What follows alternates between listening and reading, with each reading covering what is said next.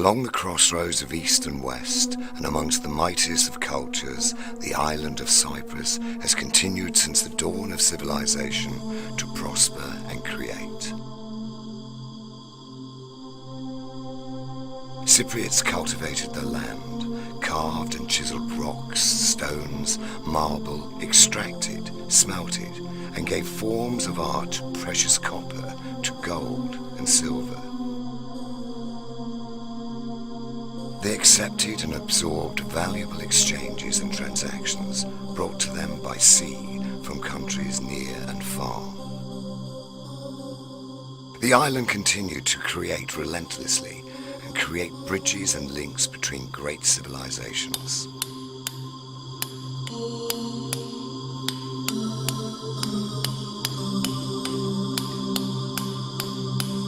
Cyprus culture has existed for millennia and has left indelible footprints deeply engraved on the world's cultural map.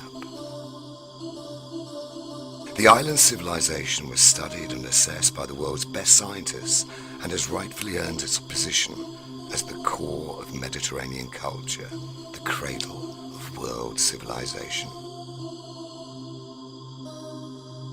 Culture is a fundamental human right, a safeguard of human existence and the necessary connection with the past, so as to ensure the correct route to the future.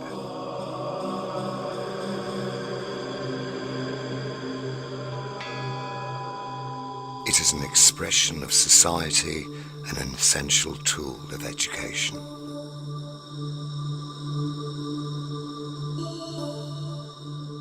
Culture is one of the most precious human rights. It expresses and praises mankind and its deeds and is found deeply rooted everywhere within the soil, on stone or rock, on clay, canvas or paper.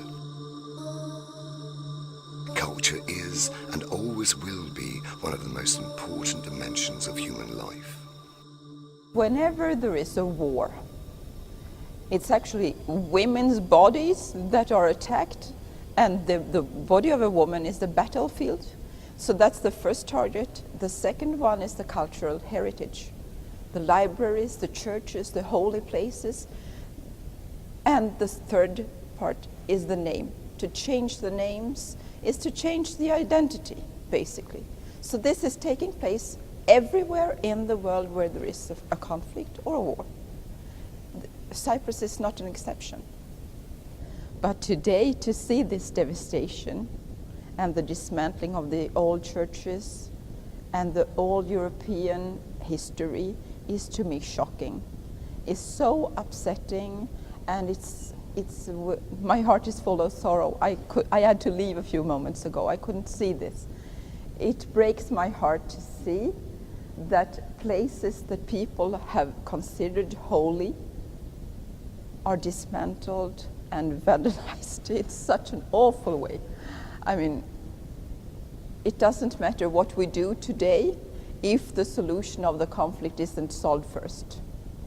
We have, though, international law on our side. There is a very important international treaty called the Hague Convention, which was issued in 1954, and it today has about 115, 120 member states. I was in the UNESCO board for many years.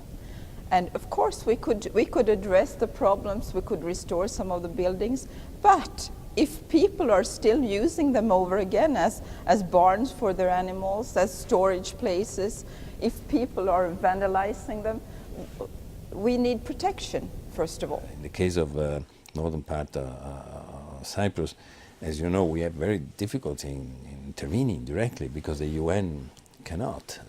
So we can only appeal to Turkey and whatever entities is there, to respect, because these are things that they belong to international civil society. I mean, they have to respect it. For over 37 years now, since the Turkish army invaded the territories of the Republic of Cyprus in 1974, Cypriots are deprived of their fundamental right to their culture and civilization. Since then, Cypriot culture has suffered a huge blow.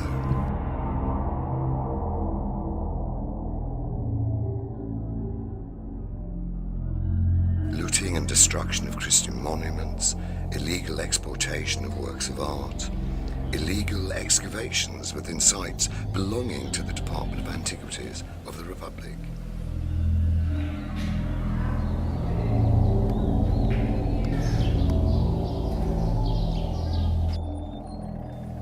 Added to all these insults against world civilization is the illegal demographic alteration.